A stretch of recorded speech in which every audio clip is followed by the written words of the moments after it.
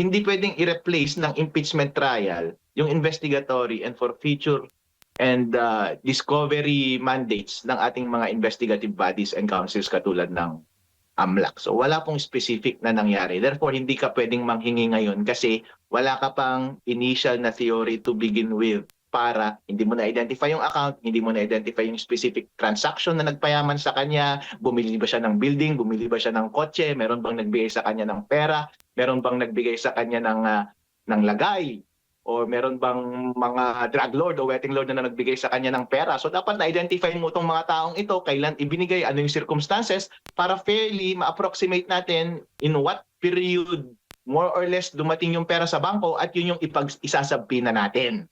Okay? Meron ka ng beginning teorya. Ang Pilipinas po ay bansa kung saan umiiral ang batas.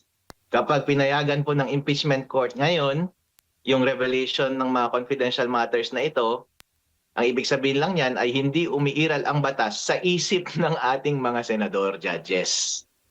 Tama po yung sinabi ng Supreme Court na sui generis yung impeachment trial. Ibig sabihin, malaki yung elementong political dito. So it's not strictly legal. So kung ano man ang ginawa nila at hindi sang-ayon sa batas yung ginawa nila, political na iyon.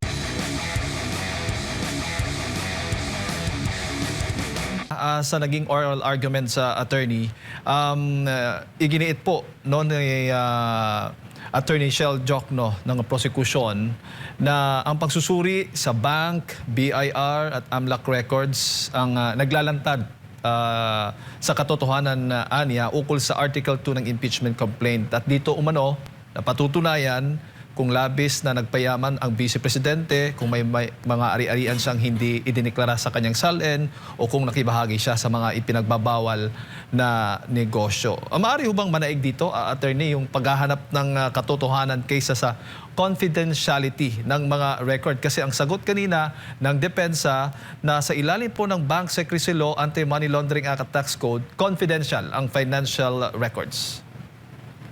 Ang sabi po niya, walang confidential, basta katotohanan. Tama po? Yes po.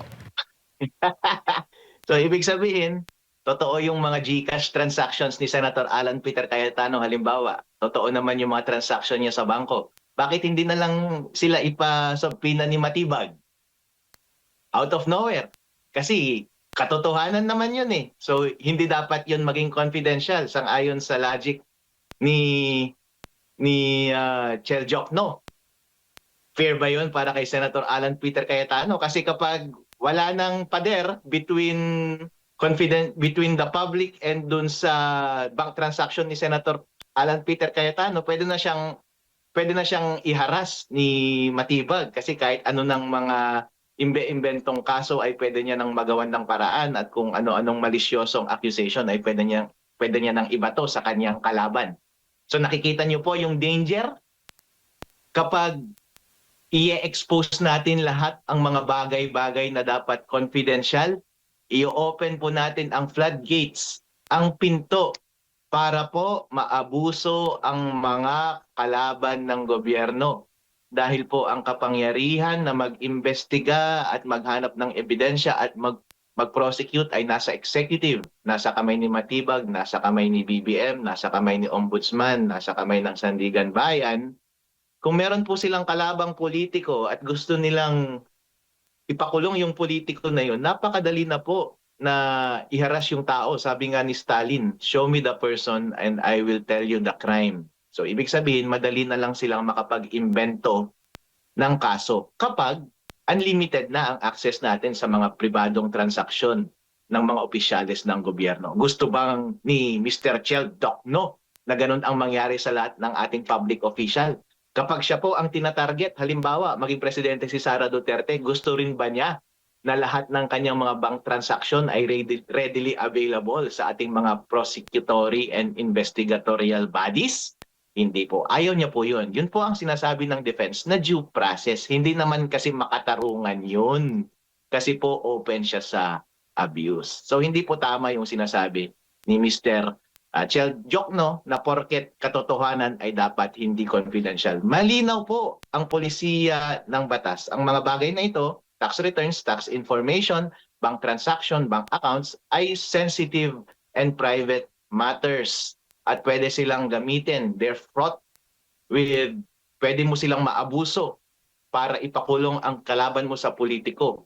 Kaya yun ang ginagawa ng batas na wag dapat silang abusuhin para mangharas ng kalaban. Kaya po ginawa silang confidential. Sa lahat po ng mga binanggit na mga bagay na ito, isa lang ang pwedeng i-open, yung peso-denominated bank account and the transactions therein in impeachment trial.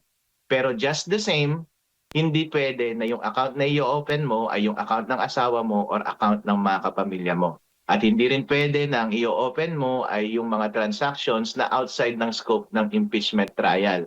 At hindi rin pwede na broad yung ire-request mo. So kahit VP si Sara Duterte for a certain period, hindi mo pwedeng sabihin na lahat ng transaction for that period. Dahil po, dapat mag-originate siya sa isang set ng specific transactions na nagpo-point out at sinasabi nila na para mapruweba yung kanilang teorya na merong specific act na nagawa, kailangan i-produce yung specific transaction na ito or bank account na ito dahil mukhang may pumuntang ganoon na pera. So ibig sabihin po, nagawa na nila yung assignment nila, nagawa na nila yung pagsasaliksik, pag-iimbestiga, hindi na sila nangingisda pa ng ebidensya. Ngayon po kasi nangingisda sila napaka-broad ng kanilang hinihingi. Wala naman silang specific transaction na hinihingi. So walang difference po iyon sa total revelation, yung kanilang napaka-broad na paghingi. At sinabi po ng Supreme Court yan sa marami ng kaso, kapag sa subpoena duces tecum, hindi pwede na broad ang iyong inihinging mga dokumento. So dapat specific, relevant sa specific issue and specific offense. Ang test po niyan ay meron ka na dapat offense to begin with and magsusupply ka na lang ng ebidensya to prove that offense. Pero kung wala ka pang specific offense to begin with, specific act that constitutes an offense, ibig sabihin, wala ka pang, nangingisda ka pa lang. Wala ka pang nakuhang isda para tapusin yung laban. Therefore, hindi ka namin tutulungan sa bagay na yon dahil nasa trial na tayo. Dapat ginawa mo yung assignment mo. Opo, sabi nga ng depensa kanina sa pamamagitan ni Attorney Michael Poa, accuse now and look for proof later ang ginagawa umano ng prosekusyon na labag sa prinsipyo ng due process, attorney. Tama po yun. Kasi po, tama po yun. Fair po. Due process means dapat maging fair tayo sa lahat. Ang testing po niyan ay yung ginagawa nyo ngayon kay VP Sara Duterte, na gusto ninyong halongkatin ang lahat ng kanyang mga pribadong impormasyon. Gusto niyo bang mangyari sa inyo yung bagay na iyan? Hindi naman sa tinatakot ko sila, pero kapag nagbago po ang administrasyon, nasa kanila ang kapangyarihan ng prosecution at investigasyon at public official pa rin kayo. Shell Jokno, De Lima, lahat ng nakaupong mga congressman dyan sa prosecution, mga senador, kayo pong lahat. Kayo po ba gusto ninyong automatic na mai-reveal ang inyong mga pribadong impormasyon nang walang specific offense to begin with? Hindi po ba hindi kayo papayag? Hindi po ba unfair ang pakiramdam ninyo? Yun po ang ibig sabihin ng due process. Kung nararamdaman nyo po na unfair, unfair din po ngayon. Ibig sabihin, hindi po sang-ayon sa due process yung ginagawa nyo kay VP Sara Duterte dahil unfair po sa kanya na naghahanap kayo ng offense doon sa hinihingi ninyong mga dokumento. At sa CLAO, attorney, nabanggit nga kanina, pati yung mga records niya nung si Sara Duterte ay vice mayor pa lamang. Opo, mali po yun dahil po, sabi po ng Supreme Court, kapag ini-impeach ka, ay dahil meron kang nagawang mali habang ikaw ay impeachable officer. So dapat nangyari yung pagkakamali habang VP pa si Sara Duterte. Dahil it bears upon her fitness na maging VP yung impeachment laban sa kanya. Kasi po, ang consequence niyan is hindi na siya maging VP. Therefore, i-impeach. Hindi ka deserving dyan sa position na yan dahil meron kang ginawang masama habang nakaupo ka doon sa position na iyan. Obviously, dapat hindi i-consider yung mga acts na nangyari before umupo siya ng position dahil implicit po dyan ay nung ibinoto siya ng taong bayan para ma-assume niya yung position niya ng VP, ay nakonsidera nila lahat ng factors. Implicit po iyon. Yun po ang assumption bago siya ibinoto. So despite being fairly advised about VP's acts before assuming the VP position, binoto pa rin siya ng taong bayan. Ibig sabihin, Despite that, gusto na talaga nilang maging VP si Sara Duterte. So ngayon, kung tatanggalin natin si VP Sara Duterte na hindi through the same democratic process but only through the means of impeachment ng iilang mga tao dyan sa Senate at sa House of Representatives, dapat limitado lamang sa mga akto na nangyari after siyang iluklok by democratic mandate. So hindi hindi exempted o walang exemption kahit nasa impeachment proceeding, hindi mo maaring buksan nga itong mga hinihinging records sa bangko, tax records mula sa BIR para po sa inaakusahang tao hangga't walang specific na sinasabi kung alin ba doon sa mga dokumento, attorney, ang talagang gustong makuha nitong nasa prosekusyon. Tama po. Kasi po, halimbawa, meron na pong mga kaso sa Supreme Court na nagsasabi, isang tax case po, tapos renade yung isang kumpanya, tapos gusto nilang isubpina yung mga dokumento ng kumpanya at sinasabi na gusto nilang malaman kung saan sila nagkamali sa pag-file ng tax. At gustong ipasubpina yung lahat ng financial records ng kumpanya within a certain years or a number of years. Hindi po pwede yun, sabi ng Supreme Court. Kasi ibig sabihin, naghahanap ka ng kasalanan ng kumpanya. Dapat mag-umpisa ka muna sa specific na kasalanan at sabihin mo sa akin kung ano ang kailangan mong dokumento para completely mong ma-prove yung kasalanan na iyon.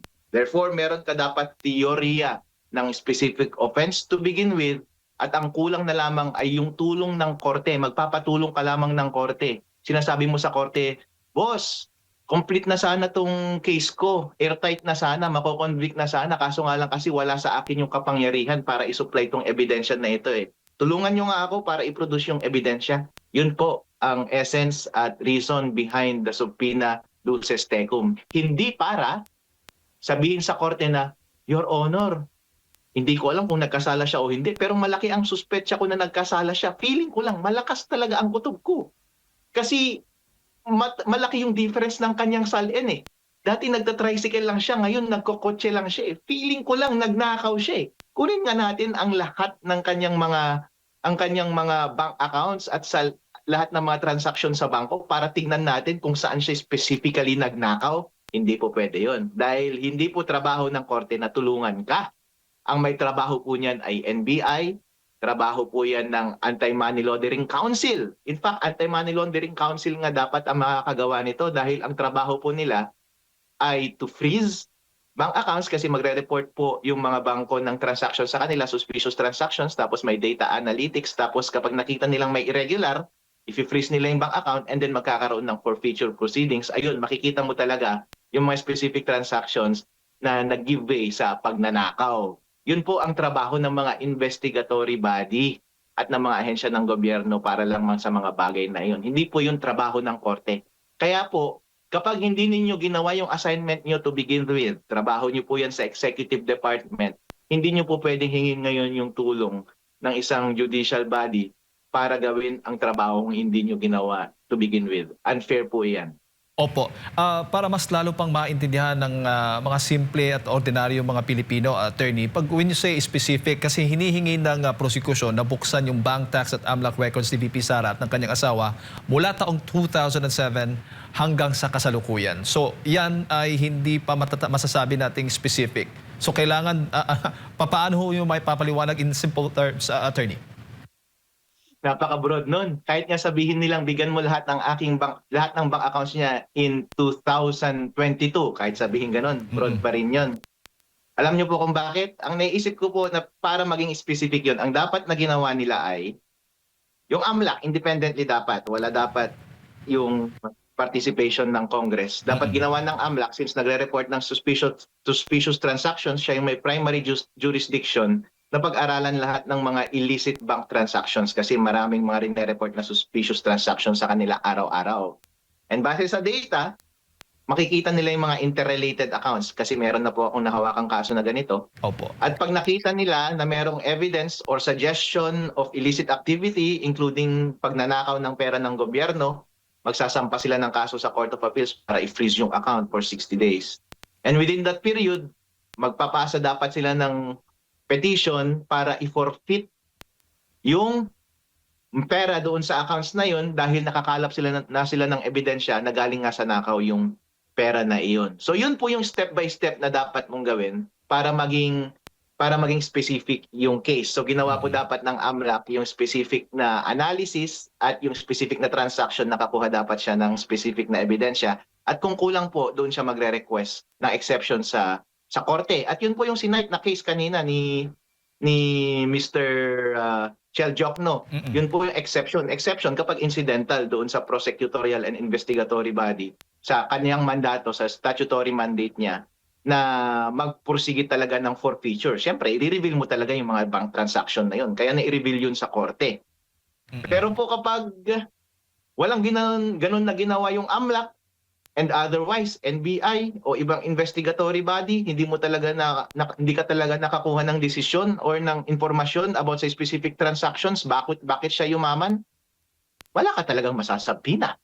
Kaya doon sa sinight ni Chel Jokno kanina na kaso, meron pong sinabina doon as an exception sa AMLAC. Kasi po, forfeiture case yun ng AMLAC. Precisely, yun yung mandate ng AMLAC na i-forfeit lahat ng ill-gotten wealth. Therefore, para magawa niya yung trabaho niya, malamang magproproduce siya ng AMLAC documents na galing din sa kanya. At kailangan niya rin yung informasyon doon sa korte. So kung incidental sa primary mandate mo yung ginagawa mo, pasok yun automatic doon sa exception ng confidentiality. Pero ito po, hindi pwedeng i-replace ng impeachment trial yung investigatory and forfeiture and discovery mandates ng ating mga investigative bodies and councils katulad ng AMLAC. So wala pong specific na nangyari. Therefore, hindi ka pwedeng manghingi ngayon kasi wala ka pang initial na theory to begin with para hindi mo na-identify yung account, hindi mo na-identify yung specific transaction na nagpayaman sa kanya, bumili ba siya ng building, bumili ba siya ng kotse, meron bang nagbigay sa kanya ng pera, meron bang nagbigay sa kanya ng lagay, o meron bang mga drug lord o wetting lord na nagbigay sa kanya ng pera. So dapat na-identify mo itong mga taong ito, kailan ibinigay, ano yung circumstances, para fairly ma-approximate natin in what period more or less dumating yung pera sa bangko at yun yung isasabpina natin. Okay? Meron ka ng beginning teorya. Opo, kung sakali man lumabas po, desisyonan po ng impeachment court nga na isabpina itong mga records na hinihingi. Nangangahulugan ba itong hindi na umiiral yung confidentiality o may mga limitasyon pa rin sa paggamit po at paglalantad ng mga dokumento? Ang Pilipinas po ay bansa kung saan umiiral ang batas. Kapag pinayagan po ng impeachment court ngayon, yung revelation ng mga confidential matters na ito, ang ibig sabihin lang yan ay hindi umiiral ang batas sa isip ng ating mga senador, judges. Tama po yung sinabi ng Supreme Court na sui generis yung impeachment trial. Ibig sabihin, malaki yung elementong political dito. So it's not strictly legal. So kung ano man ang ginawa nila at hindi sang-ayon sa batas yung ginawa nila, political na iyon. At in fact, kung ginawa nila iyon, mapapakamot na lang tayo ng ulo kahit maghanap tayo siguro ng petition for certiorari doon sa Supreme Court at sabihin natin grave abuse of discretion. Malamang hindi na rin gagawin yun ng Supreme Court. Wala na talaga tayong magagawa. Yun ang ginawa ng mga senador natin. Next time, mas galingan natin sa pagboto ng ating mga senador. Opo. Pero maaari hubang tumanggi yung BIR, yung AMLAC, yung mga bangko na sumunod po doon sa subpina na kung sakala may ilalabas. Kung naniniwala po silang labag po ito sa ating saligang batas. Ay kapag ganyan po magkakaroon ng legal and constitutional crisis. Kasi po yung subpoena duces tecum has the effect of law, has the force of law. On the one hand, meron silang paniniwala na merong batas na dapat hindi ilabas. On the other hand, merong isang dokumento that has the effect of law by which they are compelled to produce this information. So may dilemma. Pero po ang advice sa kanila bilang abogado, sundin mo na lang yung subpoena kasi sasabihin ng mga yan na yan ang interpretation mo sa batas. Wag mong isuplant yung interpretation mo sa batas sa interpretation ng mga husgado natin ng batas. Kasi sa isip nila, sang-ayon sa kanila ang batas at itong subpoena duces tecum na ito ay representation lamang ng kanilang interpretation ng batas. Kaya sundin mo yung batas. So, kailangan niyang sundin yung subpoena kasi baka ma-direct contempt siya kung sakasakali.